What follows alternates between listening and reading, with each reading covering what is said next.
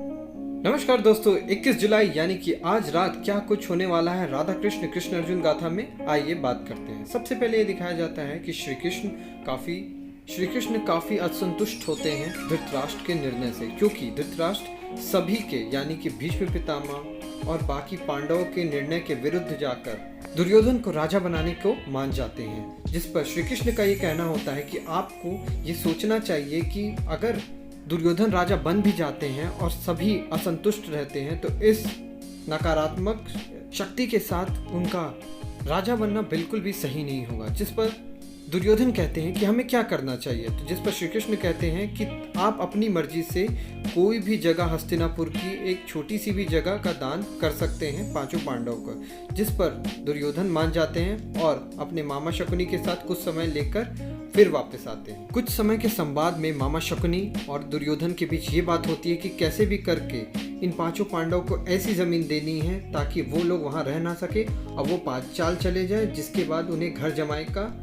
नाम सोचकर जिंदगी बितानी पड़े। जिस पर वो सोचते हैं कि ऐसा कौन सा राज्य उन्हें दिया जाए। जिस पर फाइनली वो डिसाइड करते हैं कि खांडवगढ़ एक ऐसी जगह है जो कि श्रापित है, बिल्कुल भी जहाँ पानी का वास नहीं है, जहाँ पे फल फूल नहीं उग सकते, जहाँ पे एक घर भी नहीं है, तो वैसी जगह को पांडवों को देना चाहिए।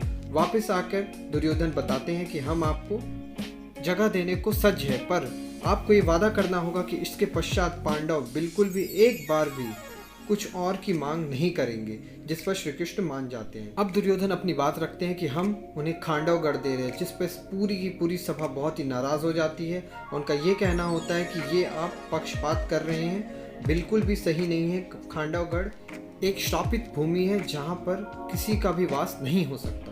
दुर्योधन बहुत ही ज़्यादा क्रोधित होकर ये कहते हैं कि आपने मुझसे कहा था कि आपको कोई भी ज़मीन चाहिए, अब आपको जो मैं ज़मीन दे रहा हूँ आपको चुपचाप इसे स्वीकार कर लेनी चाहिए।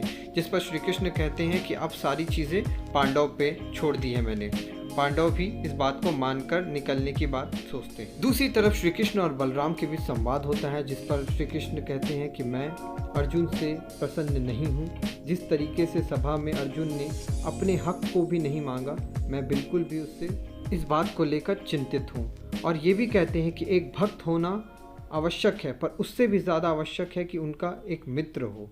तो वो कहते हैं कि अब अर्जुन को भक्त से बढ़कर मेरा मित्र होना पड़ेगा। दूसरी तरफ दुर्योधन और मामा श्री शकुनी के बीच संवाद होता है, जिस पे मामा श्री ये संदेह बताते हैं कि मुझे अभी भी श्री कृष्ण पर भरोसा नहीं है, वो जरूर कोई चाल फिर से चलने वाला है। लेकिन दुर्योधन अपनी ही मस्ती में रहते हैं, जिस पे उन्हें कहना रहता है कि अब कोई भी चीज़ उनको आपत्ति या विपत्ति नहीं दे सकती। और इसी के साथ आज के दिन के शो एंड हो जाता है। आशा करते हैं दोस्तों आपको ये रेगुलर अपडेट राधा कृष्ण कृष्ण अर्जुन गाथा की पसंद आती होगी। Thank you so much.